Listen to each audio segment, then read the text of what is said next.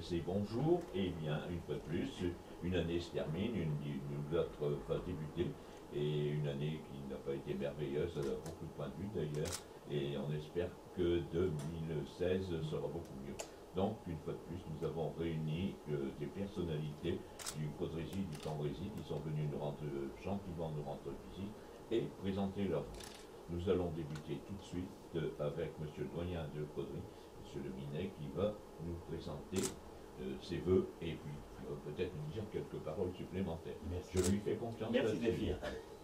Alors, chers amis auditeurs, cette année 2015 qui s'achève dans quelques heures, elle restera dans l'histoire de notre pays, mais aussi dans l'histoire du Cambrésis, comme une année marquée par le deuil et par la grande tristesse.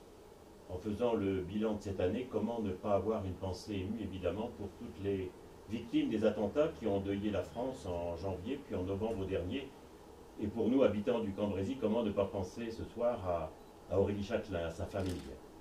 Hier, je me trouvais justement dans la région parisienne et j'ai tenu à me rendre à Villejuif pour rencontrer mon confrère, l'abbé Philippe Louveau, qui est curé de la paroisse, et pour me recueillir dans l'église Saint-Cyr et Sainte-Julite de Villejuif, cette église qui était visée par le terrorisme qui a tué Aurélie. Et mon confrère me redisait combien sa communauté paroissiale avait été bouleversée par la mort d'Aurélie et combien cette communauté était reconnaissante envers elle.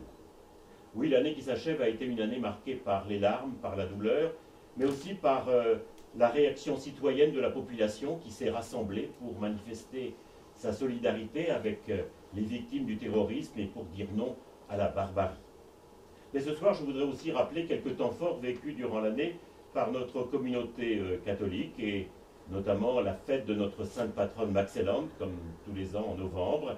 Événement exceptionnel cette année 2015, le 1er novembre, la chasse de Sainte Maxelande est sortie de la basilique pour se rendre à l'emplacement de la première église de Caudry, qui était édifiée sur la Grande Place.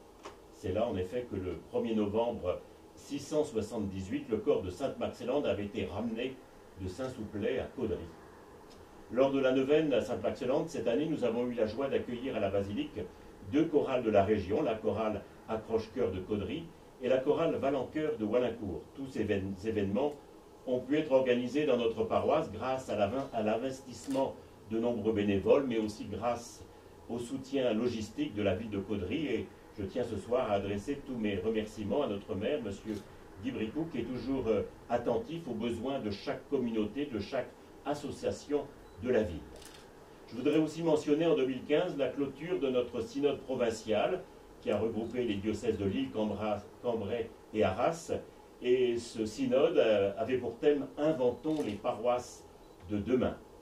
Je rappellerai que dans notre doyenné du Cateau-Cambrésis, il y a 6 paroisses qui regroupent 76 communes, mais on le sait, le nombre de prêtres dans notre diocèse, dans notre région, ce nombre diminue rapidement, trop rapidement. Et d'ailleurs, cette semaine, l'un de nos prêtres aînés est décédé, l'abbé Roland Lebrun, qui fut pendant plus de 20 ans le curé de Vertin et de Romery près de Solesmes. De plus, depuis quelques mois, nous, les prêtres de Caudry, nous desservons une autre paroisse de la région, celle de Sainte-Anne en Cambrésis, qui rassemble 17 communes autour de Vertry, Walincourt et Clary. Mais heureusement, nous avons du renfort, un renfort venu de loin, venu d'Afrique. Actuellement, il y a 3 prêtres africains dans notre doyenné, un à Solesmes, et du Congo-Brazzaville, et 2 à Caudry, l'abbé Jean-Roland Congo, du Burkina Faso, et l'abbé Ignace Deloup, qui est du Bénin.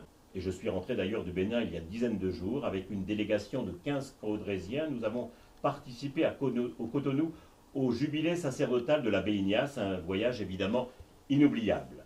Mais la vie de notre paroisse en 2015, c'est encore 150 baptêmes, 30 mariages, 170 funérailles, célébrées dans les différentes églises de la paroisse Sainte-Maxelande, mais aussi 150 premières communions d'enfants, 130 professions de foi.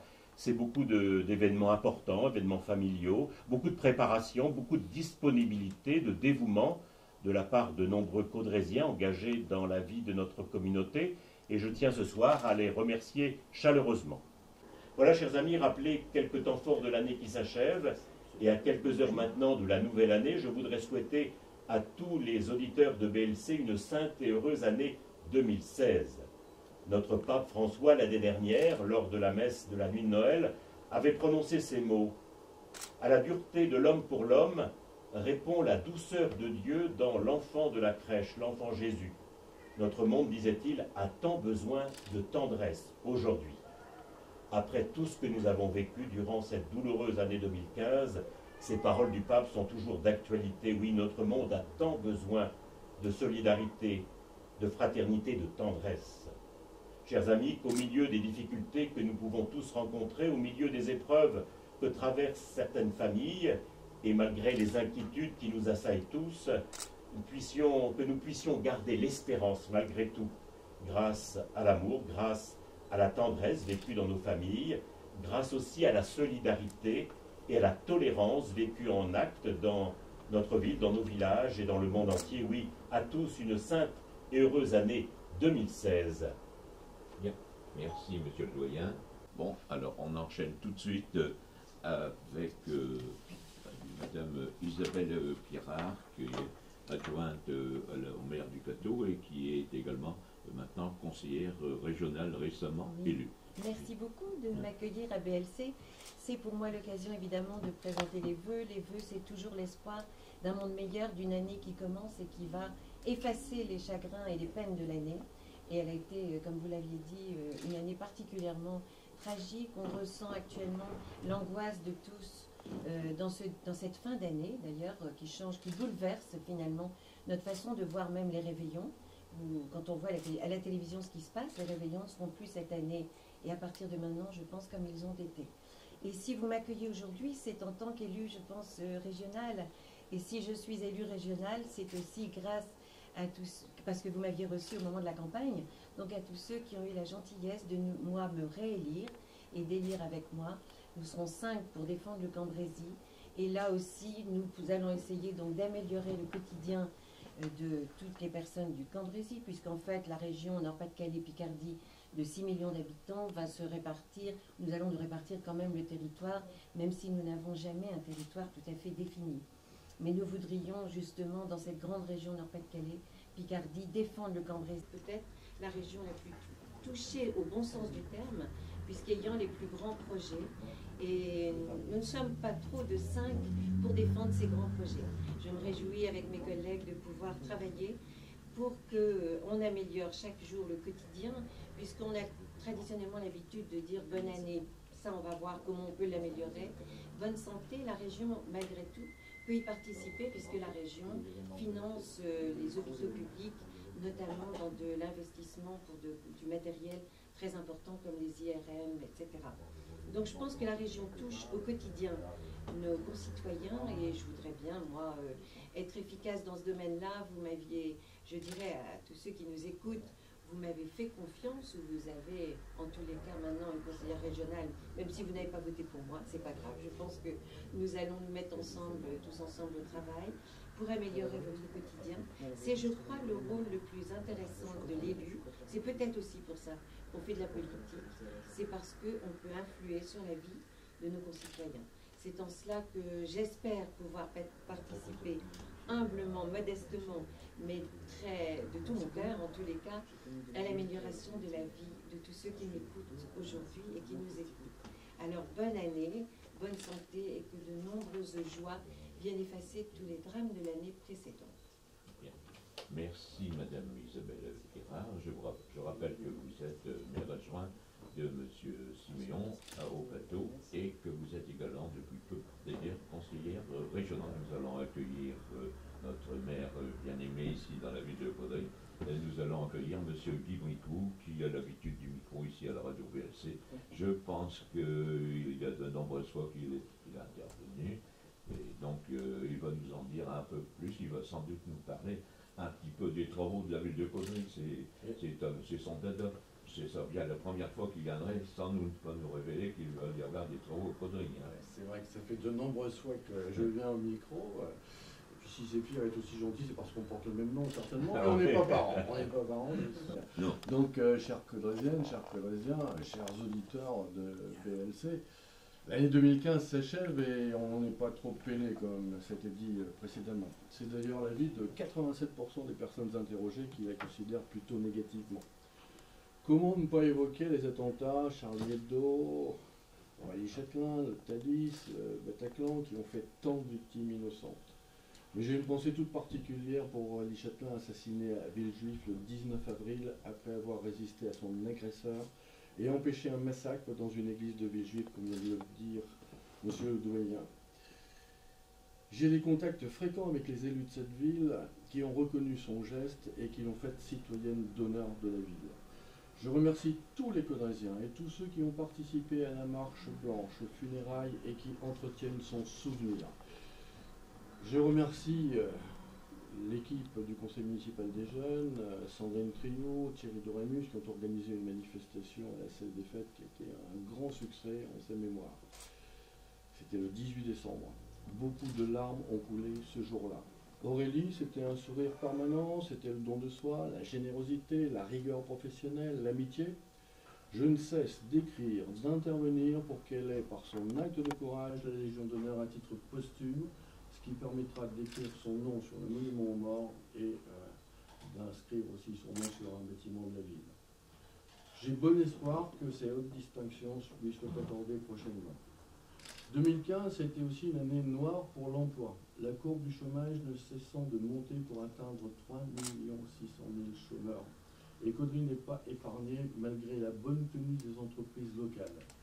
Les nouvelles sont en effet bonnes pour nos entreprises, que ce soit la Sicos, que ce soit Spec Nestlé ou la dentelle, avec maintenant le label, vous l'avez entendu, dentelle de Calais Caudry. Caudry, qui produit 75% de la dentelle nationale et qui exporte 80% de sa production, fait plus en valeur que Calais. Notre dentelle s'est encore distinguée, vous l'avez entendu, lors de l'élection de Miss France. Mais malgré tout ça, le chômage est encore beaucoup trop élevé chez nous. Le RSA a progressé de 9% chez nous contre 5% en moyenne dans le département du Nord. 60% de notre population INSEE est couverte par une prestation versée par la Caisse d'allocation familiale du Nord, ce qui atteste que le revenu moyen est très faible chez nous.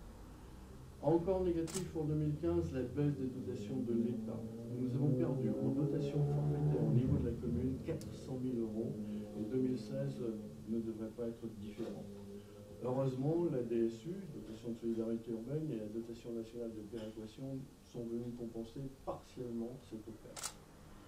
En comprimant les dépenses, dont la masse salariale, à 200 000 euros en moins pour la ville de Caudry, nous avons réussi à maintenir pour la 10e année consécutive les taux d'imposition qui sont parmi les plus faibles des communes de plus de 10 000 habitants du département du Nord. Malgré cela, nous avons pu faire beaucoup de choses pour améliorer le quotidien de nos concitoyens. Il y a eu en 2015 4 ouvertures de classes. Nous avons dépassé pour la première fois, je vous en informe, dans l'histoire de Caudry, 15 000 habitants. Nous sommes à 15,2 habitants au 1er janvier 2013. Et cela sans arrivée massive d'extérieur, mais par une augmentation régulière de notre population. Nous constatons aussi l'arrivée de commerces en centre-ville et surtout d'une supérette attendue depuis si longtemps. Le fait d'être en politique de la ville nous permet d'exonérer de taxes foncières propriété bâtie, de CFE, contribution foncière des entreprises, et de CVAE, les entreprises commerciales situées dans le périmètre du contrat de ville. Ça va faire beaucoup de bien à nos commerces de centre-ville. 2015 a vu aussi la réalisation de nombreux travaux. La fin de l'ANRU. L'ANRU, c'est le quartier Maupassant, et c'est montré en exemple au plan départemental. Le boulevard du 11 novembre, qui a été complètement rénové, le terrain synthétique de football, le parking Chanzy, le parking de la bibliothèque, l'installation des jardins espaces verts dans des bâtiments modernes, l'installation de la médecine du travail sur la zone industrielle, à Audencourt, l'aménagement de l'ancienne école et puis aussi d'un surpresseur pour la rue Mérès, les feux rouges sur la route départementale 643, les bâtiments d'habitation qui ont été construits par le CIS dans l'îlot Bello, rue Jacquard, l'aménagement de la rue Stephenson, la signalétique patrimoniale, l'ouverture de la piscine intercommunale après celle du crématorium, l'installation de Pôle emploi sur le boulevard de Courtevent et de murs mitoyens rue Gambetta au-dessus du Crédit Agricole.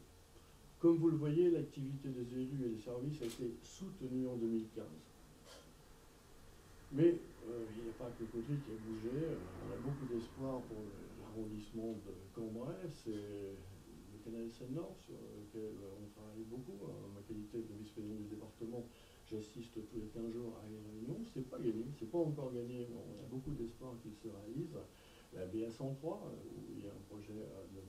Taïeb qui était très important, Nirni, qui remercie la CAC, qui va faire un golf, faire un photovoltaïque. Et puis récemment, et ça concerne notre communauté, l'est de notre communauté, c'est le canal de la Sambre-Valoise. Il y a eu la décision de la part du département, de l'État, des Voies navigables de France et puis de toutes les communautés qui sont traversées, de remettre en eau, si j'ose dire, le canal de la Sambre-Valoise qui relie Maubeuge jusqu'à la région parisienne. Donc 2016 se présente sous de meilleurs auspices que 2015.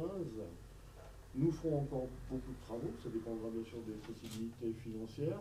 Au plan scolaire, il y aura la rénovation de l'école d'Olto et de l'école Jomessé, l'amélioration des bâtiments existants par un marché à bon de commande pour les toitures, parce que les toitures commencent à vieillir et malheureusement elles laissent passer quelquefois l'eau. 5 bâtiments sportifs seront concernés par les travaux d'accessibilité, comme le pôle culturel d'ailleurs. On ajoute, monsieur le doyen, la pose de vitraux à la basilique, hein, c'est l'actualité. Ce sera fait en 2016. Et puis en ce qui concerne la voirie et l'environnement, un giratoire sera créé à l'angle de la rue Aristide Briand et du boulevard du 11 novembre. Le square de la rue Lamartine sera aménagé. Une grande esplanade sera créée sur la base de loisirs pour accueillir les cirques et les expositions. Et puis aussi une aire de camping-car. On est une des rares communes, le Cateau, je m'adresse à mes voisines, à une aire de camping-car, nous n'en avions pas. Ça va être chose faite.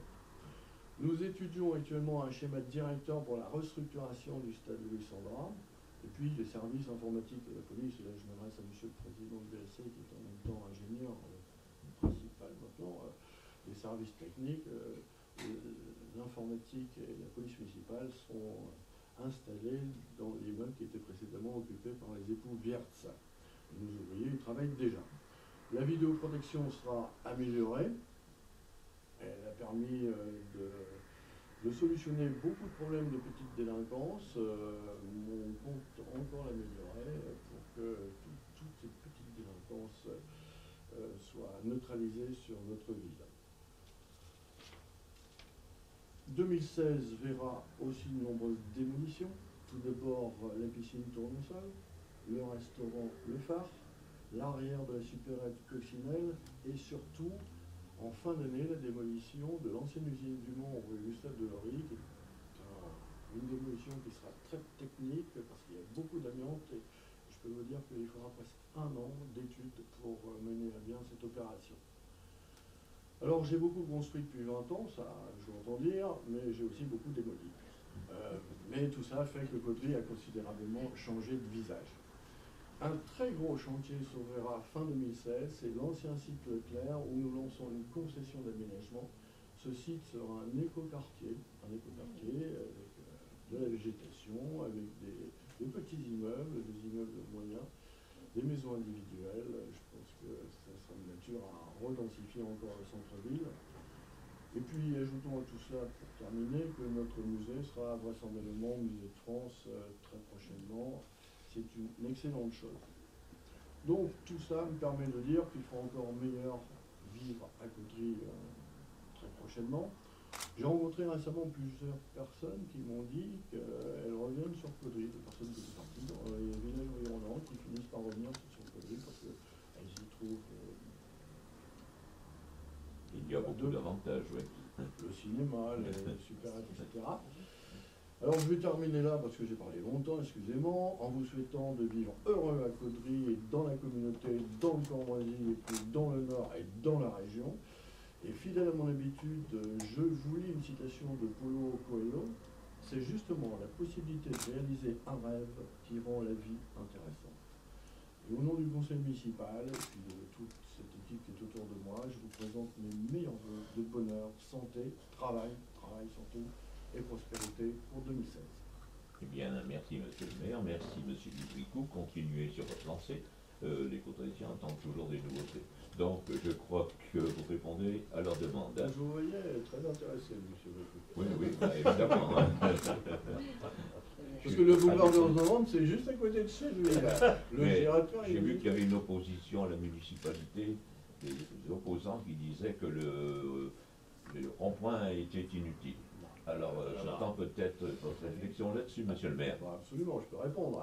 J'étais pas pour le rond-point au départ, parce que il y a un petit problème, c'est que une maison se trouve très près du carrefour, et puis ça coûte le même prix, rond-point et giratoire, et il faut souligner que je ne pouvais pas laisser les feux rouges en l'état actuel, parce que les feux rouges doivent être maintenant agréés, c'est-à-dire qu'on doit avoir une visualisation pour les piétons, pour les malentendants, pour les personnes handicapées. Donc ça aura coûté le même prix, et comme sur ce boulevard il n'y a que des giratoires, que les giratoires fonctionnent bien, on a pensé que puis c'est plus agréable au niveau environnemental qu'un feu rouge, qu'un giratoire, c'est une excellente chose. Donc à côté de chez vous, j'ai fier vous aurez une un giratoire. Bon, très bien. Merci de ce renseignement. Enfin, je ne doutais pas que vous alliez quand même le réaliser. Mais enfin, il y avait un petit problème qu'il fallait peut-être signaler. Eh bien, maintenant, nous allons accueillir quelqu'un qui est dans ces murs.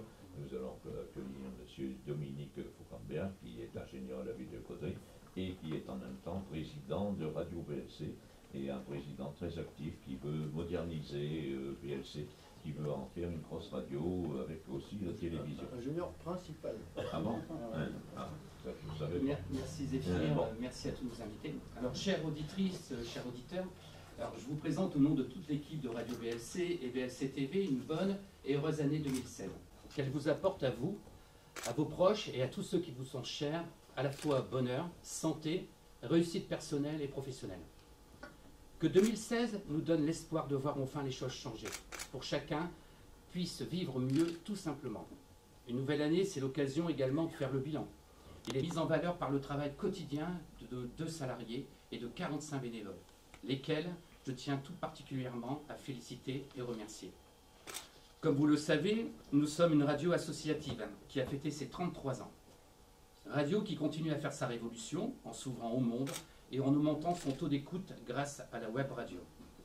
Aujourd'hui, notre site internet est plus interactif, plus dynamique, mieux agencé. Il est géré en interne, ce qui favorise une grande souplesse dans l'actualisation des contenus. Les activités marquantes de l'année 2015.